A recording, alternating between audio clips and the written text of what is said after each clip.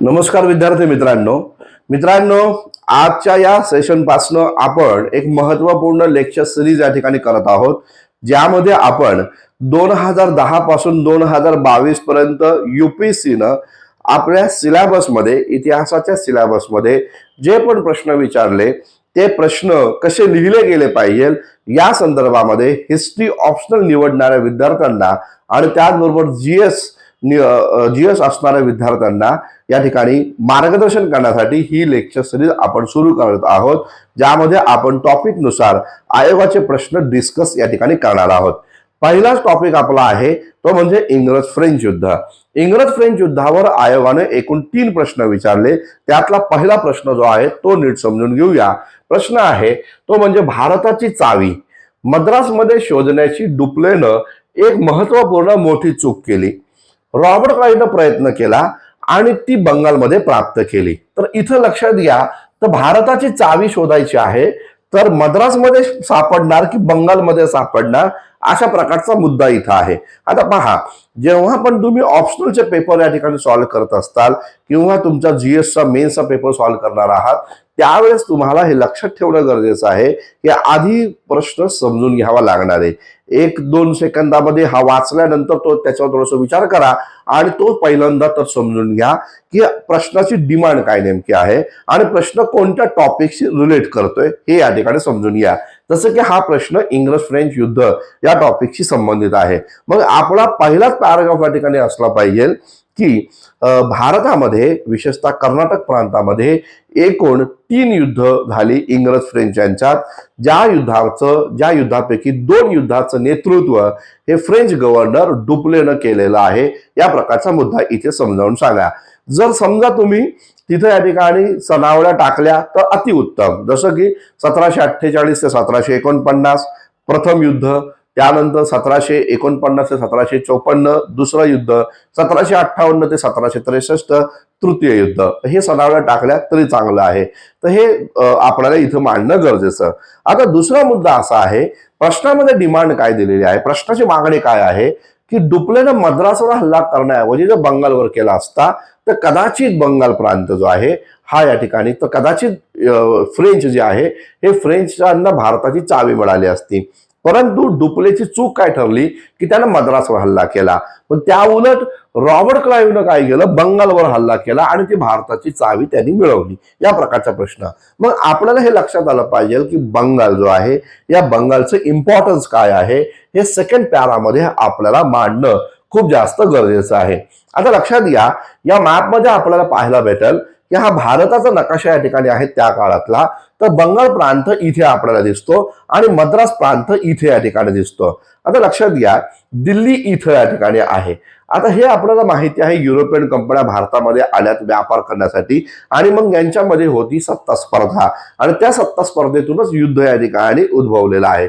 आता पाहायला भेटतं बंगाल प्रांत, तर बंगालचा इम्पॉर्टन्स काय आहे हे सेकंड पॅरामध्ये तुम्हाला मांडणं गरजेचं आहे। एक सर्वात महत्वपूर्ण मुद्दा की दिल्लीच्या वर्चस्वापासून बंगाल हा कायम हा स्वतंत्र राहिलेला आहे, हा महत्वपूर्ण मुद्दा। दुसरा महत्वपूर्ण मुद्दा की बंगाल प्रांत जो आहे हा गंगा नदीच्या खोऱ्यांमधला भाग आहे आणि त्यामुळे इथं जमीन ही उपजाऊ आहे, सुपीक आहे। सुपीक जमीन असल्यामुळे इथं लोकसंख्या मोठ्या प्रमाणावर आहे आणि उत्पादन इथं मोठ्या प्रमाणावर होतं, त्यामुळे व्यापारामध्ये हे खूप जास्त अग्रेसर या ठिकाणी आहे। आणि विशेष म्हणजे या बंगाल प्रांतामध्ये सुपीक जमीन तर आहेच आहे, परंतु त्याचबरोबर नैसर्गिक साधन संपत्तीनं युक्त असणारा हा प्रांत या ठिकाणी आहे। हा दुसरा महत्वपूर्ण मुद्दा। याचबरोबर तिसरा महत्वपूर्ण मुद्दा असा आहे की या बंगाल प्रांतामध्ये या ठिकाणी समुद्र किनारा याला लाभलाय आणि गंगेचा खोर देखील यांना या ठिकाणी मिळाले आणि म्हणूनच जल वाहतुकीवर नियंत्रण हे ठेवण्याचं कार्य बंगाल या ठिकाणी करतंय। तर ज्याचं बंगालवर वर्चस्व आहे तर त्याचा व्यापार हा सरप्लस असणार आहे, त्याच्या सैन्याची संख्या ही जास्त असणार आहे अन्य लोकांपेक्षा आणि सर्वात महत्वपूर्ण जलवाहतुकीवर नियंत्रण असल्यामुळं जलवाहतुकीतून त्यांना व्यापारी नफा मोठ्या प्रमाणावर मिळणार आहे। हे या ठिकाणी बंगालचं वैशिष्ट्य हे सांगणं खूप जास्त गरजेचं आहे। आता दुसरा पॅराग्राफ मध्ये तुम्ही या ठिकाणी मद्रासचं डिसएडव्हान्टेज जे आहेत ते या ठिकाणी सांगितलं पाहिजे, ज्यामध्ये मद्रास हा द्वीपकल्पीय भागाचा एक भाग आहे, म्हणजे द्वीपकल्पामधले हा या ठिकाणी येतो. आता पहा, मद्रासवर राहून तुम्ही दिल्ली कॅप्चर नाही करू शकत, परंतु बंगालवर राहून तुम्ही दिल्ली कॅप्चर करू शकता. हे रॉबर्ट क्लाइव्हला कळालं, ना की डुप्लेला कळालं. परंतु डुप्लेनं काय केलं, डुप्ले वास्तविकता बंगाल प्रांतातल्या चंद्रनगरचा या ठिकाणी गव्हर्नर होता. या डुप्लेनं चंद्रनगरमध्ये सुमारे 10 वर्ष या ठिकाणी काढली होती आणि 10 वर्ष त्यानं तिथला फ्रेंचांचा व्यापार सरप्लस केला होता. असं असतानाही डुप्लेला बंगालचं महत्व लक्षात नाही आलं, तर त्यांनी मद्रासवर हल्ला करण्याचं निश्चित केलेलं आहे असं दिसतं.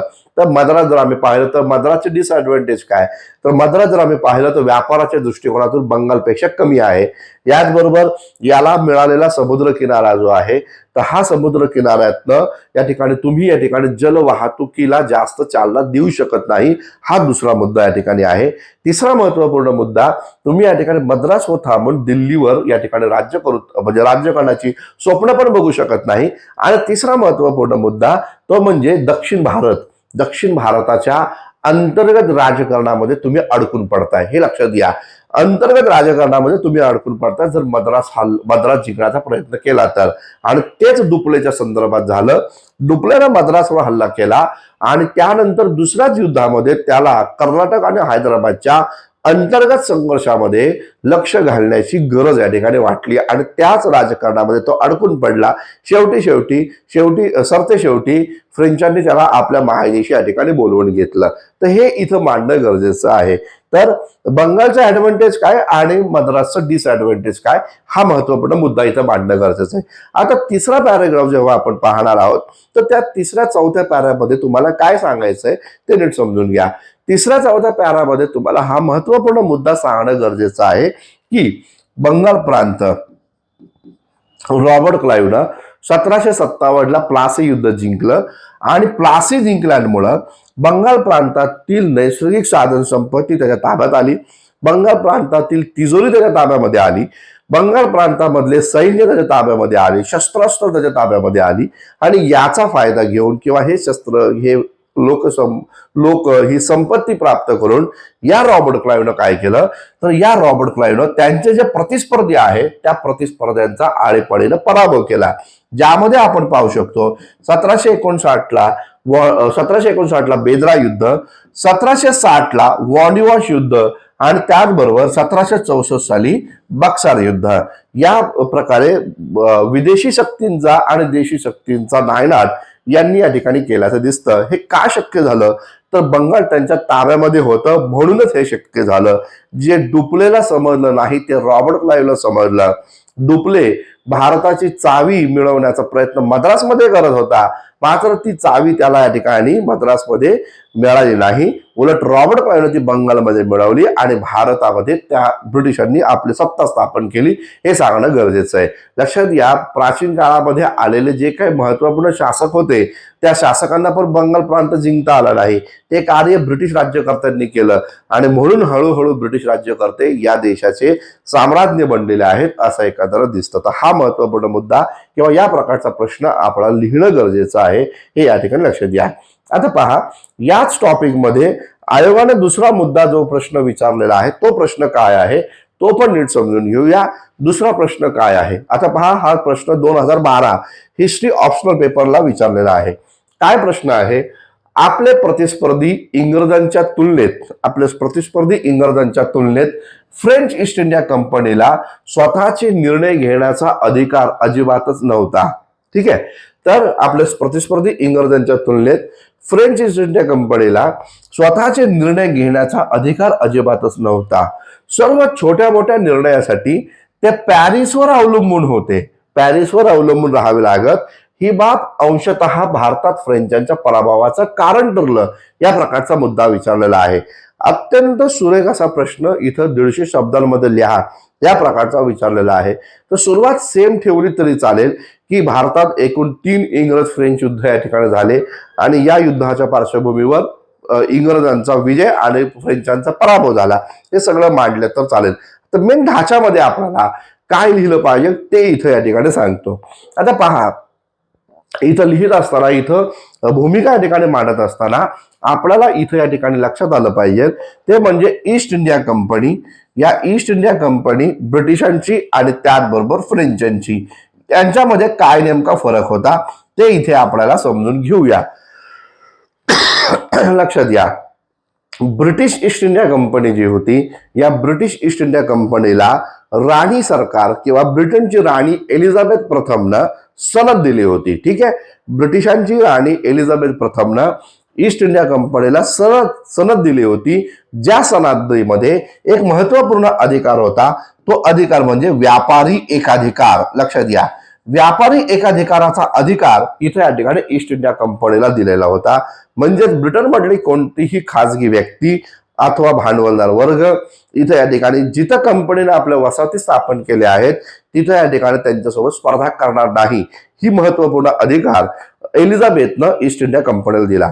दुसरा महत्वपूर्ण मुद्दा असा आहे की ईस्ट इंडिया कंपनीचं जे काही मंडळ होतं, म्हणजे ते व्यापारी मंडळ जे होतं, हे व्यापारी मंडळ राजकारणापासून पूर्णतः स्वतंत्र होतं, हे इथं लक्षात ठेवा.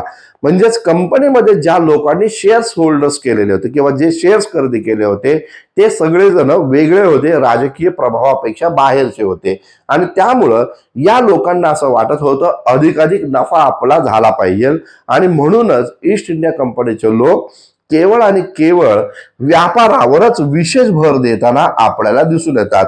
सुरुवातीचा कालखंड जर आम्ही या ठिकाणी पाहिला तर लक्षात घ्या, कंपनीचे डायरेक्टर्स लोक जे होते हे केवळ व्यापारावरच विशेष भर देत होते, असं एकंदरीत या ठिकाणी दिसून येतं. आपल्याला दिसून येईल धर्म कारणामध्ये पण त्यांनी हस्तक्षेप केला नाही आणि विशेषतः राजकारणामध्ये पण हस्तक्षेप केला नाही. सुरुवातीच्या काळात ईस्ट इंडिया कंपनी केवळ व्यापार करणं यावरच भर देत होती, असं एकंदरीत दिसतं. आता दुसऱ्या बाजूने जर आम्ही फ्रेंचांच्या संदर्भात जर विचार केला तर आपल्याला दिसून येईल की फ्रेंचांची व्यवस्था ही तशी नव्हती. फ्रेंच ईस्ट इंडिया कंपनी जी होती, तर या फ्रेंच ईस्ट इंडिया कंपनी ही राजकीय प्रभावाखाली होती. सर्वात इम्पॉर्टंट मुद्दा, ही राजकीय प्रभावाखाली होती. या फ्रेंच ईस्ट इंडिया कंपनीमध्ये जे शेअर्स या ठिकाणी गुंतवले गेले होते, जे शेअर्स गुंतवले गेले होते ते राजाचे गुंतवले होते, हे लक्षात घ्या. म्हणजे राजा जो होता, तर त्या फ्रेंचांचा राजा जो होता, तर फ्रेंच राजाचे 50% पेक्षा जास्त शेअर्स यामध्ये या ठिकाणी होते, हे लक्षात घ्या. म्हणजे कॉमन व्यक्तींना, इंडिव्हिज्युअल पर्सनला इथं फारसा व्यवसाय करण्याचा वाव नव्हता. मात्र इंग्रजांच्या ईस्ट इंडिया कंपनीमध्ये तो या ठिकाणी मोठ्या प्रमाणात वाव होता. म्हणजे फ्रेंचांच्या ईस्ट इंडिया कंपनीवर राजकीय वरदहस्त आहे, राजकीय लोक यामध्ये हस्तक्षेप करतात. उलट ब्रिटिश ईस्ट इंडिया कंपनीमध्ये राजकीय लोकांचा वरदहस्त या ठिकाणी अजिबातच नाहीये. आणि म्हणून ईस्ट इंडिया कंपनी व्यापार करते, तर फ्रेंच जे आहेत हे फ्रेंच या ठिकाणी व्यापार करत असताना राजकीय भूमिका पण घेताना आपल्याला दिसून येतात. आता बघा, इथं पाहायला भेटतं इंग्रज फ्रेंच युद्धाच्या दरम्यानच्या काही महत्वपूर्ण घटना. जसं की आपण पाहू शकतो, दुसरा महत्वपूर्ण मुद्दा आपण इथं आपण पाहू शकतो की या पॅरामध्ये आपल्याला काय लिहिलं पाहिजे, तर यामध्ये आपल्याला इथं मांडलं पाहिजे की हे जे युद्ध सुरू झालं डुप्लेच्या नेतृत्वाखाली, तर डुप्लेला मद्रासवर हल्ला करायचा होता आणि त्याच्यासाठी डुप्लेकडे सैन्य नव्हतं, हवं तेवढं सैन्य या ठिकाणी डुप्लेकडे नव्हतं. त्यासाठी डुप्लेनं फ्रेंचांना पत्र पाठवलं, म्हणजे पॅरिसला पत्र पाठवलं की मला सैन्याची गरज आहे. मात्र फ्रेंचांनी पण त्याला सैन्याची पुरवठा करू दिला नाही किंवा सैन्य त्याच्यापर्यंत पोहोचवलं नाही. का नाही पोहोचवलं? कारण तिथं ऑस्ट्रियाच्या उत्तराधिकारावरनं इंग्रज आणि फ्रेंच यांच्यामध्ये युद्ध सुरू होतं ऑलरेडी. 1742ला ऑस्ट्रियाच्या उत्तराधिकारावरनं इंग्रज आणि फ्रेंच आपापसामध्ये लढत होते आणि त्यामुळं तिथं सैन्य आम्हाला कमी पडेल म्हणून आम्ही तुम्हाला मदत करणार नाही, या प्रकारचा पत्रव्यवहार पॅरिसमधनं डुप्लेला या ठिकाणी मिळाला. मग डुप्लेनं काय केलं, मॉरिशसचा ला बोर्डेनो जो होता, मॉरिशसचा गव्हर्नर ला बोर्डेनो याच्याकडनं मदत या ठिकाणी घेतली आणि त्या मदतीच्या आधारावर त्यानं मद्रास जिंकून घेतलं आणि पहिलं इंग्रज फ्रेंच युद्धामध्ये त्याचा विजय या ठिकाणी झाला. त्यानंतर काय झालं, त्यानंतर हा डुप्ले जो होता, या डुप्लेनं या ठिकाणी भारतीय शासकांच्या अंतर्गत राजकारणामध्ये हस्तक्षेप करण्याची भूमिका या ठिकाणी घेतली आणि या भूमिकेमध्ये पाहायला असं भेटलं की या डुप्ले जो आहे तर त्या डुप्लेला वारंवार फ्रेंचांसोबत पत्र व्यवहार या ठिकाणी करावा लागत होता की एखादा निर्णय घेत असताना आपल्याला काय मूव्ह करायचे आहे हे फ्रेंचांकडनं त्याला या ठिकाणी माहिती म्हणजे फ्रेंचांना माहिती या ठिकाणी द्यावी लागायची, म्हणजे पॅरिसला या ठिकाणी कळवावं लागत होतं असं एकंदरीत दिसून येतं. आणि म्हणून मग या सगळ्या परिस्थितीमध्ये एखादा निर्णय घेत असताना वारंवार फ्रेंच सत्तेलाच या ठिकाणी तुम्हाला विश्वासात घेण्यामध्ये जो वेळ या ठिकाणी जात होता तो कमालीचा जास्त वेळ या ठिकाणी होता.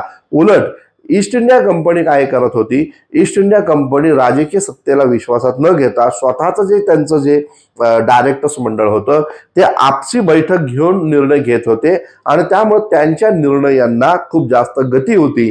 मात्र फ्रेंचांच्या निर्णयाला तितकीशी गती या ठिकाणी नाहीये असं एकंदरीत या ठिकाणी पाहायला भेटतं. तर हा एक महत्वपूर्ण मुद्दा. फ्रेंच ईस्ट इंडिया कंपनी जर आम्ही या ठिकाणी पाहिली तर फ्रेंचांकडे राजेशाहीची व्यवस्था होती. मात्र ब्रिटिश ईस्ट इंडिया कंपनीकडे जर आम्ही पाहिलं तर ब्रिटिशांकडे आपल्याला दिसून येतं या ठिकाणी तिथं आता नवनवीन विचारांना चालना मिळाली होती. रेनेसान्सचा प्रभाव तिथं मोठ्या प्रमाणात होता आणि म्हणून नवीन लोकशाही भिमुख संस्था निर्माण झालेल्या होत्या ब्रिटिशांकडे. तर त्याचा फायदा ब्रिटिशांना इथं मिळाल्याचं एकंदरीत या ठिकाणी दिसून येतं. मात्र फ्रेंच लोक हे अजूनही पुराणमतवादी विचारांनीच या ठिकाणी काम करत होते. राजाची परवानगी घेतल्याशिवाय आपल्याला निर्णय घ्यायचे नाही या प्रकारची भूमिका त्यांची या ठिकाणी होती. आणि विशेष म्हणजे की या फ्रेंच ईस्ट इंडिया कंपनीच्या शेअर्समध्ये राजाचा भाग जास्त आहे आणि ती कंपनी चालवण्यासाठी जो नोकरदार वर्ग होता त्याला पेमेंट दिलं जात होतं. आणि म्हणून मग जो नोकरदार वर्ग जो आहे हा नोकरदार वर्ग म्हणजे फ्रेंच ईस्ट इंडिया कंपनीतल्या डायरेक्टर्स लोकांचा जो नोकरदार वर्ग आहे तर तो वर्ग व्यापारासाठी तितकेसा प्रयत्न करताना दिसून येत नाही. उलट इंग्रजांचे शेअर्स म्हणजे ब्रिटिश ईस्ट इंडिया कंपनीचे शेअर्स होल्डर्स हे जास्त व्यापार वाढवण्यासाठी प्रयत्नशील सदैव या ठिकाणी राहिल्याचं दिसून येतं. म्हणजेच इथं पाहायला भेटतं की फ्रेंच ईस्ट इंडिया कंपनी अशा एका संरचनेने बनलेली होती की ज्या संरचनेला वेळोवेळी फ्रेंचांना किंवा फ्रेंच राजसत्तेला विश्वासात घेणं गरजेचं वाटत होतं, त्यांची परवानगी घेणं गरजेचं वाटत होतं आणि त्या परवानगीमुळेच मोठ्या प्रमाणावर फ्रेंच भारतामध्ये स्वतःचं नुकसान करून त्यांनी घेतलेलं आहे हे लक्षात घ्या. इथं पाहायला भेटेल. त्यानंतर जर आपण पाहिलं की त्रिचिनापल्लीच्या युद्धामध्ये याचा पराभव झाला डुप्लेचा. मग डुप्लेचा पराभव झाल्यानंतर दिसून असं आलं की त्या पराभव जरी झाला असला तरी पुन्हा डुप्लेच आवश्यक होता फ्रेंचांसाठी. मात्र फ्रेंच राजसत्तेने काय केलं, एकाएकी निर्णय घेतला, डुप्लेला काढून टाकला आणि गोदेहूला या ठिकाणी आणलं आणि गोदेहूला सांगितलं की तू इंग्रजांसोबत शांततेचा करार या ठिकाणी कर. म्हणजे जे काही निर्णय झाले हे पॅरिस मधून झालेले आहेत हे लक्षात घ्या. भारतातली प्राप्त परिस्थितीतून निर्णय यांनी घेतले नाही. वास्तविकता जर आम्ही या ठिकाणी पाहिलं तर फ्रेंच सत्ता जी होती ही फ्रेंच सत्ता युरोपियन लोकांच्या प्रश्नामध्ये अडकून पडलेली होती. फ्रेंच सत्ता जर्मनीचं युद्ध, बेल्जियम युद्ध या युद्धामध्ये अडकून पडली होती. युरोपवर वर्चस्व स्थापन करण्याचा प्रयत्न करत होती हे लक्षात असू द्या. आणि त्यामुळे भारतासारखी वसाहत आणि दक्षिण अमेरिकेसारखी महत्वपूर्ण वसाहत ही फ्रेंचांना कधीच या ठिकाणी महत्वपूर्ण वाटली नाही हे इथं लक्षात घ्या. म्हणजे त्यांचा एवढंच काम होतं की आपण युरोपमध्ये शक्तिशाली व्हावं. परंतु ब्रिटिशांनी काय केलं बघा, ब्रिटिशांनी युरोपमध्ये स्वतःचा प्रेझेन्स ठेवला. मात्र दक्षिण अमेरिका आणि त्याचबरोबर इकडे असणारी भारताची वसाहत मिळवण्याचा प्रयत्न त्यांचा स्ट्रॉंग पद्धतीने झालेला आहे असं एकंदर दिसतं. तर मग आपल्याला या प्रश्नामध्ये काय मांडणं गरजेचं आहे लक्षात घ्या. पहिल्या तालामध्ये हा प्रश्न कशाशी संबंधित आहे, या इंग्रज फ्रेंच युद्ध वगैरे त्याशी संबंधित आहे. म्हणजे हे मांडणं गरजेचं आहे की भारतामध्ये एकूण इंग्रज फ्रेंच यांच्यामध्ये 3 युद्ध झाली. ही युद्ध कर्नाटकच्या भूमीमध्ये या ठिकाणी लढली गेली. डुप्ले हा याचा फ्रेंचांचा सेनानी सुरुवातीच्या 2 युद्धामध्ये या ठिकाणी राहिलेला आहे हे पाहणं गरजेचं. सेकंड पॅरा जेव्हा तुम्ही या ठिकाणी स्टार्ट करताल तेव्हा फ्रेंच ईस्ट इंडिया कंपनीची संरचना तुम्हाला मांडावी लागणार आहे. जसं की फ्रेंच ईस्ट इंडिया कंपनी जी आहे तर ही फ्रेंच ईस्ट इंडिया कंपनीमध्ये 50% पेक्षा जास्त शेअर्स हे राजाचे होते, फ्रेंच राजाचे होते. एक मुद्दा, फ्रेंच सरकार अजूनही या ठिकाणी पुराणमतवादी विचाराचं होतं आणि त्यामुळं पुराणमतवादी विचाराचं असल्या कारणामुळं प्रत्येक गोष्टीसाठी राजाची परवानगी मिळवणं गरजेचं होतं. तिसरा महत्वपूर्ण मुद्दा हे मांडणं गरजेचं आहे की या कंपनीमध्ये जे शेअर्स होल्डर्स होते ते शेअर्स होल्डर्स या ठिकाणी तितकेसे प्रयत्न करत नव्हते व्यापार वाढवण्यासाठी, कारण त्यांचे शेअर्स इथं अडकलेले नव्हते. हा तिसरा महत्वपूर्ण मुद्दा.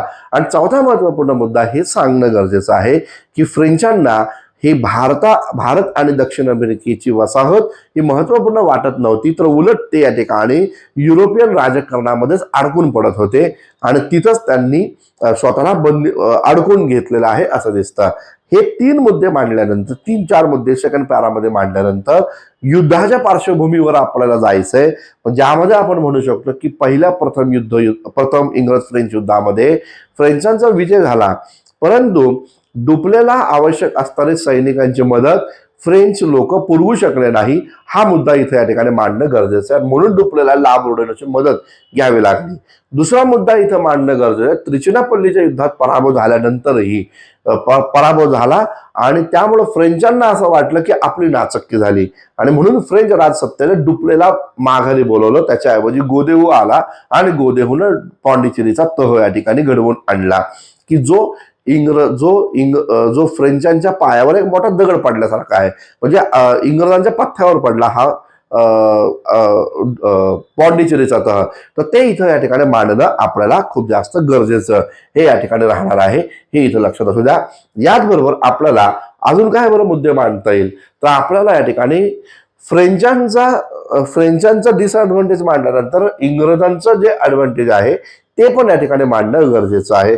मग ब्रिटिश जे आहे, ब्रिटिशांच्या ईस्ट इंडिया कंपनीमध्ये राजसत्तेनं हस्तक्षेप करायचा नव्हता. त्याचबरोबर राणी एलिझाबेथ प्रथमनं त्यांना व्यापारी एकाधिकाराची सूट दिली होती आणि म्हणून मग शेअर्स होल्डरनी स्वतःचे पैसे गुंतवले होते, म्हणून ते व्यापार वाढवण्यासाठी जास्त प्रयत्नशील होते. त्यांना राजसत्तेची कसल्या प्रकारची परवानगी घ्यावी लागण्याची आवश्यकता नव्हती. तर हे सगळे मुद्दे इथे मांडणं गरजेचं आहे, हे लक्षात घ्या. शेवटी डायरेक्टर्सनं सांगितलं की डायरेक्टर्सनं ईस्ट इंडिया कंपनीच्या डायरेक्टर्सनं हे सांगितलं या ठिकाणी काय की रॉबर्ट क्लाईव्ह हा, बघा आता पाहू आपण की रॉबर्ट क्लाईव्हने प्लासीचं युद्ध जिंकलं, मात्र जेव्हा 1765 साली अलाहाबादचा तह झाला तेव्हा परत रॉबर्ट क्लाईव्हला इथं आणलेलं आहे. मात्र तसं डुप्लेला केलं का, तर डुप्लेबद्दल तशा प्रकारचं धोरण फ्रेंचांनी या ठिकाणी आखलं नाही. जरी त्रिचिनापल्लीमध्ये पराभव झाला असला तरी डुप्लेला पुन्हा रिपीट करू शकत होते, मात्र तसं त्यांनी फ्रेंचांनी केलं नाही. आणि म्हणून फ्रेंच जे आहे हे फ्रेंचांचा पराभवाचं कारण की त्यांना वारंवार एखादा निर्णय घ्यायचा असेल तर तो पॅरिसवर अवलंबून राहावा लागायचा. भारतामध्ये एखादी मूव्ह करायची असेल तर पॅरिस सोबत पत्रव्यवहार करावा लागायचा. पॅरिसमधून मान्यता मिळाली तरच तिथे या ठिकाणी कारवाई होईल. या सगळ्या गोष्टींना खूप जास्त वेळ जात होता आणि युद्धामध्ये मिनिट पण महत्वाचा असतो, आपल्याला माहिती आहे. तर युद्धामध्ये या ठिकाणी जास्त वेळ जाणं हे या ठिकाणी घातक आहे. त्याचाच फायदा हा या ठिकाणी इंग्रजांनी घेतलेला आहे आणि पॅरिस युद्ध आणि त्यांनी या फ्रेंचांचा पराभव इथे या ठिकाणी केलेला आहे.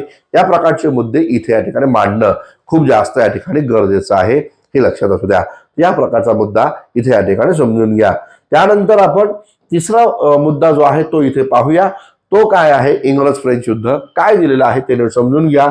पहा, डुप्लेने सर्वप्रथम भारतीय शासकांच्या अंतर्गत विवादात हस्तक्षेपाचा मार्ग अवलंबून राज्यांच्या भूभागांवर राजकीय नियंत्रण प्राप्त केले. या तंत्राचा उपयोग पुढे ईस्ट इंडिया कंपनीनं मोठ्या कुशलतेनं केला. याबद्दल सविस्तर मांडणी करा, या प्रकारचा आहे. आता नीट समजून घ्या हा प्रश्न कशा संदर्भात आहे. प्रश्न दिलेला आहे की डुप्ले जो होता किंवा फ्रेंच ईस्ट इंडिया कंपनी जी होती, तर या फ्रेंच ईस्ट इंडिया कंपनीनं डुप्लेनं काय केलं, तर भारतीय शासकांच्या अंतर्गत कलहात या ठिकाणी हस्तक्षेप केला. तर त्यानं जी भूमिका या ठिकाणी घेतली आणि राजकीय भूभागावर नियंत्रण ठेवण्याची भूमिका जी घेतली, त्याच भूमिकेचं अनुकरण हे पुढे इंग्रजांनी या ठिकाणी केलं. यावर तुम्ही लिहा असं म्हटलेलं आहे. आता पहा, जेव्हा तुम्ही दुसरं इंग्रज फ्रेंच युद्ध या ठिकाणी पाहता तेव्हा दुसऱ्या इंग्रज फ्रेंच युद्धामध्ये पाहायला भेटतं हैदराबाद जो होता, या हैदराबादमध्ये यानं या ठिकाणी हस्तक्षेप केला डुप्लेनं आणि हैदराबाद जिंकल्यानंतर त्यानं बुस्सीच्या नेतृत्वाखाली एक रेसिडेंट तिथे या ठिकाणी नियुक्त केली. कुठं, तर बुस्सी जो आहे या बुस्सीच्या नेतृत्वाखाली डुप्लेनं एक रेसिडेंट या ठिकाणी हैदराबादमध्ये नियुक्त केली आणि मग या प्रकारे बुस्सीच्या नेतृत्वाखाली रेसिडेंट नियुक्त केल्यामुळं तैनाती फौजेचा जनक म्हणून या डुप्लेलाच संबोधलं जातं, हे इथे लक्षात घ्या. आता पहा, तैनाती फौज जी आपण म्हणतो, तर तैनाती फौज काय होतं, तर तैनाती फौज असं या ठिकाणी होतं की ब्रिटिशांची किंवा फ्रेंचांची इथं एक रेसिडेंट राहील आणि ती रेसिडेंट राहिल्यानंतर एक रेजिमेंट इथं नियुक्त केल्यानंतर त्या रेसिडेंटचा खर्च हा या ठिकाणी त्या शासकानं या ठिकाणी द्यायचा आहे आणि जर त्याच्याकडे पैसे नसेल तर त्यानं त्या भागातील तेवढं इन्कम मिळवून देणारा एक प्रांत या फ्रेंचांना द्यायचा आहे. हे धोरण जे आहे सर्वप्रथम इंग्रज फ्रेंच दुसऱ्या युद्धाच्या दरम्यान डुप्लेनं आणलेलं आहे, हे नक्कीच आहे. आता या धोरणाचा उपयोग ब्रिटिश राज्यकर्त्यांनी कुशलतेनं केला असं म्हटलेलं आहे आणि या तंत्राचा उपयोग पुढे ईस्ट इंडिया कंपनीने मोठ्या कुशलतेनं केला. आता सर्वात महत्वपूर्ण मुद्दा हे आपल्याला लक्षात आलं पाहिजे की या प्रकारचा मुद्दा त्यांनी बंगाल प्रांतामध्ये घेतलेला आहे. इंग्रजांनी काय केलं बघा, बंगाल प्रांत जर आम्ही पाहिला तर प्लासी युद्ध जिंकण्यापूर्वीची स्थिती काय होती, तर सिराज उद्दौला होता. या सिराज उद्दौलाच्या विरोधामध्ये पाहायला भेटतं शौकत जंग होता, बेगम घसीटा होती. तर शौकत जंग आणि त्या बेगम घसीटा यांच्या विरोधात होती. सिराज उद्दौलाच्या विरोधामध्ये जगत सेठी होता, अमीरचंद होता, राय दुर्लभ होता. हा एक मोठा संयुक्त मोर्चा हा सिराज उद्दौलाच्या विरोधामध्ये होता. यानं काय केलं, म्हणजे बंगाल प्रांतामध्ये अंतर्गत कलह मोठ्या प्रमाणात होता. मग रॉबर्ट क्लाइव्हने काय केलं, त्या कलहाचा फायदा उचलला आणि बंगाल प्रांत जिंकण्यासाठी यांचा संयुक्त मोर्चा उभा केला आणि सिराज उद्दौलाचा पराभव केला.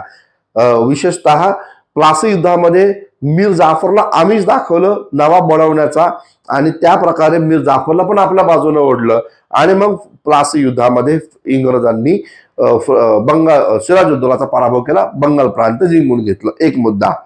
दुसरा महत्वपूर्ण मुद्दा जर आम्ही पाहू शकतो म्हणजे या प्रकारच्या मुद्दा आपल्याला लक्षात घ्या. आता त्यानंतर अंतर्गत वर्चस्व स्थापन करण्याचा मुद्दा. आता इथे आपल्याला पाहायला भेटेल की यानंतर आपण पाहू शकतो ते म्हणजे म्हैसूर युद्ध.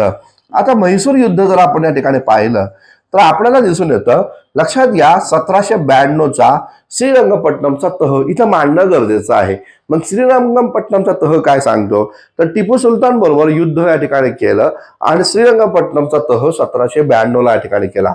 1792ला हा तह केल्यानंतर त्याला सांगितलं की तुझं जे राज्य आहे अर्ध राज्य आम्हाला दे आणि 3,03,00,000 रुपये युद्ध खंडणी पण त्याच्याकडनं आकारलेली आहे असं दिसतं. म्हणजे दक्षिण भारत जेव्हा तुम्ही पाहता, दक्षिण भारतामध्ये संघर्ष सुरू होता सत्ता केंद्राचा. एका बाजूला मराठा आहे, दुसऱ्या बाजूला म्हैसूर आहे, तिसऱ्या बाजूला कर्नाटक आहे आणि हैदराबाद आहे. तर दक्षिण भारतामध्ये याच रणनीतीचा उपयोग हा ब्रिटिश राज्यकर्ते करताना दिसतात. म्हैसूरला टार्गेट करतात आणि मराठ्यांना हैदराबादला आणि कर्नाटकला आपल्या सोबत ठेवतायत, हे लक्षात घ्या. मग म्हैसूर एकदा जिंकल्यानंतर, म्हैसूर प्रांत नष्ट झाल्यानंतर मराठ्यांच्या विरोधामध्ये कर्नाटक आणि हैदराबादची मदत मिळवतायत. या प्रकारची भूमिका ब्रिटिश राज्यकर्त्यांनी घेतलेली आहे, हे लक्षात घ्या. आता मराठा राज्य जेव्हा आपण पाहतो तेव्हा आपल्याला लक्षात येतं इंग्रज मराठा पहिलं वॉर. ठीक आहे, म्हणजे म्हैसूर युद्धाच्या दरम्यान हा मुद्दा तुम्हाला सांगणं गरजेचं आहे. म्हणजे सेकंड पॅरामध्ये तुम्हाला हे मत मांडू शकता सेकंड थर्ड मध्ये की ब्रिटिश राज्यकर्त्यांनी बंगाल सांगितल्यानंतर, बंगाल विजयाच्या नंतर ब्रिटिश राज्यकर्त्यांनी आपलं लक्ष दक्षिणेकडे वळवलं आणि दक्षिणेकडे असणाऱ्या मराठा, हैदराबाद, कर्नाटक आणि म्हैसूर, त्रावणकोर या शासकांमध्ये असणारा अंतर्गत कलहाचा फायदा उचलला. म्हैसूरवर हल्ला करण्यासाठी या सर्वांचा वेळोवेळी संयुक्त मोर्चा ब्रिटिश राज्यकर्त्यांनी उभारलेला आहे असं दिसतं. सरतेशेवटी 1792ला म्हैसूर युद्धामध्ये श्रीरंगपट्टणमच्या तहाच्या द्वारे इंग्रज राज्यकर्ते जे आहेत त्या इंग्रज राज्यकर्त्यांनी टिपू सुलतानचं अर्ध राज्य गिळंकृत केलं. त्यानंतर तुम्ही मराठा राज्याच्या संदर्भात बोलायचं. मग मराठा राज्याच्या बद्दल काय झालं, जसं की आपण पाहू शकतो 1776 ते 1782 या दरम्यान पहिलं इंग्रज मराठा युद्ध सुरू झालेलं आहे. आता हे युद्ध सुरू झालं त्याच्या मागची पार्श्वभूमी आहे तो म्हणजे आपला या ठिकाणी सुरतचा तह जो 1775ला झाला. 1775ला रघुनाथरावानं इंग्रजांकडे मदत मागितली आणि त्यानुसार म्हणजे अंतर्गत कलह बघा, मग त्यानुसार काय केलं इंग्रजांनी त्याला मदत करण्याचं निश्चित केलं, परंतु सांगितलं आम्ही तुला मदत करतो परंतु आम्हाला काय करणार, आम्हाला तू वसई आणि साष्टी हे दोन प्रांत या ठिकाणी दे. ठीक आहे, तर वसई आणि साष्टी हे जर दोन प्रांत तू आम्हाला या ठिकाणी देत असाल तर आम्ही तुला या ठिकाणी सपोर्ट करायला तयार आहोत, ही भूमिका या ठिकाणी ठेवली. तर या प्रकारचं धोरण आखून त्यांनी साष्टी वसई गिळंकृत केलं. दुसऱ्या इंग्रज मराठा युद्धामध्ये आपल्याला पाहू शकतो वसईचा तह. वसईचा तह झाल्यानंतर तैनाती फौजेचं धोरणाअंतर्गत मराठा राज्याला आणलं. आता तैनाती फौज वेलस्लीनं आणलेली आहे. ठीक आहे, लॉर्ड वेलस्लीनं याचा उपयोग करून तैनाती फौजेचं धोरण या ठिकाणी आणलं आणि सहाय्यक संधीच्या द्वारे भारतीय शासकांना या धोरणाअंतर्गत आणलं, जिथं ब्रिटिशांची एक रेजिमेंट नियुक्त केली जाईल आणि ही रेजिमेंट जी आहे या रेजिमेंटचा खर्च भागवण्यासाठी त्यांना पैसे द्यावे लागणार आहेत, अन्यथा त्यांच्या भागातील त्यांच्या राज्यातील एक भूभाग द्यायचा आहे. तर या प्रकारची भूमिका आणून लॉर्ड वेलस्लीच्या तैनाती फौजेचा धोरण असू द्या, तर या धोरण आखून त्यांनी भारतीय शासकांना या प्रकारचा तह करण्यासाठी मजबूर केलं आणि भारतात हळूहळू या ठिकाणी राज्य गिळंकृत केलं. मग तैनाती फौजेमध्ये तुम्ही हे सांगू शकता, वेलस्लीनं जे तैनाती फौज आणलं त्यामध्ये हे सांगू शकता की ज्या शासकानं इंग्रजांसोबत तैनाती फौजेचा करार केलेला आहे अशा शासकांचा परराष्ट्रीय धोरणावरचा अधिकार समाप्त होतो. इंग्रज राज्यकर्ते त्या राज्याचं परराष्ट्र धोरण ठरवत आहे, ही भूमिका या ठिकाणी लक्षात आली पाहिजे.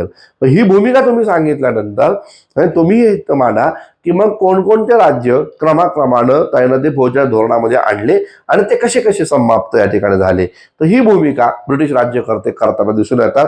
म्हणजे ब्रिटिशांचं राजकीय धोरण जर आपण 1813 पर्यंत पाहिलं तर ब्रिटिश राज्यकर्त्यांनी भारतातील अनेक मोठमोठ्या संस्थानासोबत तैनाती फौजेचा तह केला आणि त्या तैनाती फौजेच्या तहाच्या माध्यमातून भारतीय शासकांमध्ये फूट पाडली आणि त्या फुटीचा फायदा घेऊन आपला राज्य कसं मजबूत होईल याचा प्रयत्न केला. सरते शेवटी 1813ला त्यांनी भारतामध्ये सर्वोच्चता स्थापन केली आणि सांगितलं आता ब्रिटिशांचं राज्य या देशामध्ये सर्वोच्च स्टेट बनलेलं आहे. ही भूमिका लॉर्ड हार्डिंग्सने या ठिकाणी मांडलेली आहे.